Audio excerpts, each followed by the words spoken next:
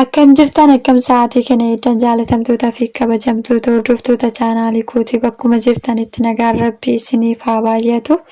Isinirraa badee jira sababuma hojiitiin kan wal qabate guyyaa har'aa immoo oduu gaddaa tokko qabadhee isiniif deebi'een jira.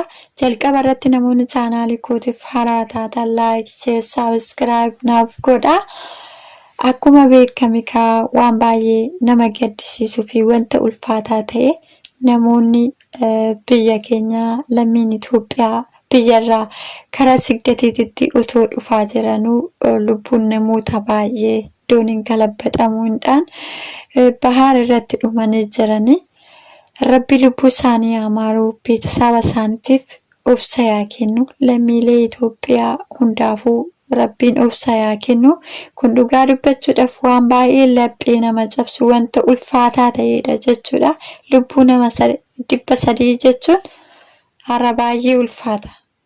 Kuni wantuma jedhantu nama jalaa bada. Namni nan nyaadha, nan jijjiirama jedhee hiyyummaa baqachuutti lubbuu isaa dhaba jechuudha. Bahaaridhaan karaan taanen jijjiirama irratti garuu warrumti dallaalaa akkanatti lubbuu namaa gurguratanii utuu makaraa sigdatii irra jiru utuu beektan biyyi sigdatii gaarii akka ta'e utuu hin beektan lubbuun namoota baay'ee utuu darbaa jiru utuu argitanu karaa bahaaritiin akkanatti lammii keessan gurgurattan gazzabaa jettanii garuu haadha maalidha garuu ani dhugaa baxaamitti ani wannuma nanni jedhu hin beeku. Maaltu isaanitti dhaga'ama laata guyyaa har'aa? Garuu ganzaba hojjettanii nyaatanii akkuma namaatitti. Isin yoomuma hojjettanii nyaattan, yoomuma nama gurgurachuu dhiistan. Lubbuun lammii keenyaa yeroo baay'ee irratti sigdatiidhaan. Kan sigdatii irratti lubbuun namoota baay'ee kan darbu sababa dallaalatiin. Dallaalli lammii keenya yaa karaa bahaaritiin daandii irratti ficcisiisuu biyya namaatillee yoo dhufanii gaafa birrii isaanii harkaan gaatan irraa namni utoo makaraa meeqa nyaatu utoo rakkoon meeqa irra ga'u waa'ee nama tokko hin dubbatan jechuudha. Biyya namaa kana keessa teessanii immoo namoonni baay'een keessan obboleewwan keessan fira keessan kan karaa sigdatii kanatti yaamtan mee maaltu isinitti tole isinitti? Maal argattan sigdatiirraa? Makaraa yeroo ammaa kana jiru waan sigdatiin irra jiru. Namni sigdatii irratti utuu akkanatti bu'u lammiin keenya utuu akkanatti dhumu isin obboleewwan keessan fiddanii raawwattanii yookaan fira keessan yoo akkanatti namni daandii irratti dhumu kana isinittuu maaltu isinitti dhaga'ama? Nama keessan fira keessan yoo isaan waa'ee sigdatii isinitti dubbatan rakkoon akka jiru biyyi sigdatii akka hammaataa ta'e itti himtanii namni akka sigdatii dhufni dhooguu qabdan malee obboleettii kiyyaa obboleessa kiyyaa fira kiyya jettanii nama fiddanii fixuu hin qabdan. Dallaalonni isaan beekamaadha. Isaan hojiin isaanii nama gurguratanii nama fixanii ofii isaaniiti abboo genzabuma isiniin godhin waaqayyo dhugaan isiniin jedhaan. Genzaba ila dhiigumti nama gurguratanii lubbuun isaanii akkanatti baduu kun isin haa kassasu. Wanti biraa wanni naan isiniin jedhu hin jiru. Wannuma meeqa guggubannee dandeenya? Saudi Arabiyaa irratti maaltu adeemsifamaa jira? Gizee ammaa kanatti nama meeqa lammiin keenya meeqa taa'anii bu'aa jiran? Yaa uummata keenya mootummaatti nuu ijaa sagalee nuuf ta'a. Nama baay'eetu nu harkatti maraachaa jira. Waggaa tokko kan hidhame, kan waggaa tokko ol hidhametu mana hidhaa keessa jira. Lubbuun namoota baay'ee asitti darbaa jira. Nyaata dhabnee dararamaa jira jedhanii akkanatti ijanii bu'anii sagalee isaanii dhageessifachaa jiru. Isaan gaafa dhufan san rakkoo akkanaatitu nurra ga'a jedhaniiti miti kan manaa ba'an. Hin jijjiiramna akkuma ilmoo namaatitti hojjennee nu dabarti jedhanii biyya isaaniirraa dhufanii rakkoon kun hundi isaanirra ga'e. Har'a wanna Saudi Arabiyaa irratti hojjetamaa jiru kana mootummaan hin beeku sila mootummaan hin beeku moo akkamitti lammii ofii zeegaa ofii namni dabarsee raawwatee xilaataaf kenna biyya ormaati irratti akkamitti siqaa irratti lammii ofii akkanatti tasaqaayya. Imbaasiin keessan isiniif hin dubbatu. Imbaasiin keessan isiniin beeku. Kanaaf nyaata isiniif hin kenninu, nyaanni hin jiru, dhugaatiin hin jiru nuun jedhanii akkanitti dhumaa jirra. Nuuf mirmadhaa yaa lammii koo. Sagalee nuuf ta'a. Ani dhugaa Waaqaa jechuudha. Wanni jedhan nama jalaa bada barikkoo.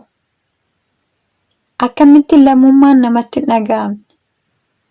Namni akkanatti namni jaalatee sigdatii irra taa'ee namni guddaan garuu namoota gurguddaan jechuudha.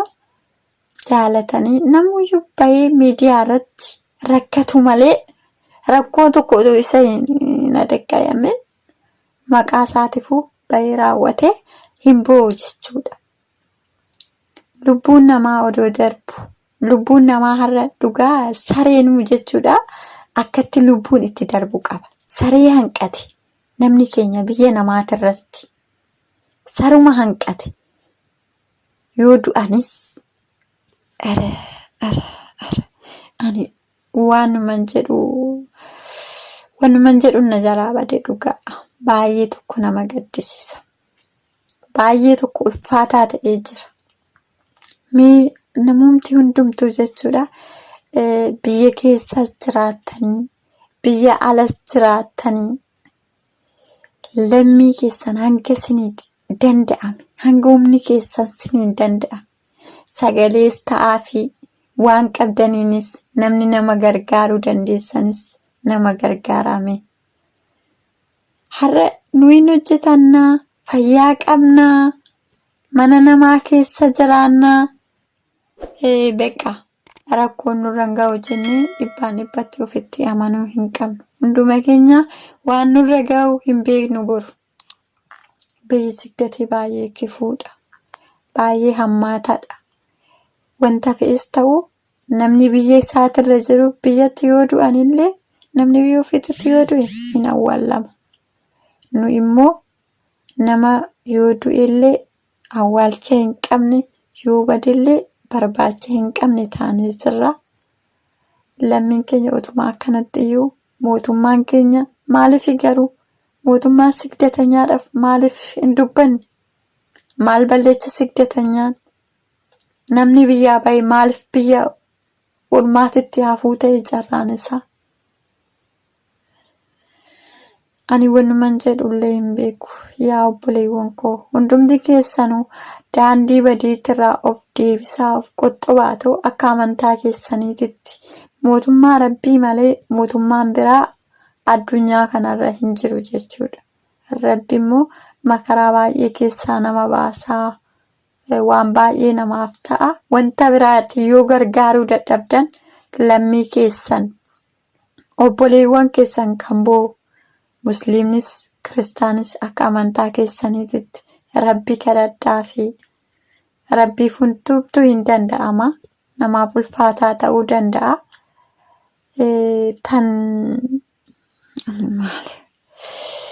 Dhugaa wanti jedhan nama jalaa badaa. Isaan yoo akkanatti kan isaan bu'assan ilaallee kan mataan nu tuqamurra kinuu dabalataan kunis itti dabalamee jira waan ta'eef humni biraa wanni dubbannu hin jiru. Mootummaan Rabbii namoota hidhaa keessa jiranis mootummaan Rabbii yaa mirmatuu fi hanga isinii danda'ameen namoonni miidiyaa qabdan sagalee taatanii fi lammii keessan kana yoo gargaartan garuu dhugaa ani wannumti badullee hin jiran natti hin fakkaatu. Ulfaataadha dhugaa. Wanni sigdatii kun baay'ee ulfaataa, baay'ee nama gaddisiisa. Ani ergaa namoota kana hin beeku dhugaa. Jireenyarraa sirumaayyuu jireenyarraa tasfaa nama kutachiisa jechuudha. Kun jireenya akkamiiti? Sila utuu namni nan nyaadha jedhetu manaa bahee kun mana hidhaatitti. Kun immoo bahaarirraan lubbuun isaanii akkanatti darbu. Kun dhugaa sammuun nama tuqama. Sammuun nama tuqama. hundumaafuu rabbiin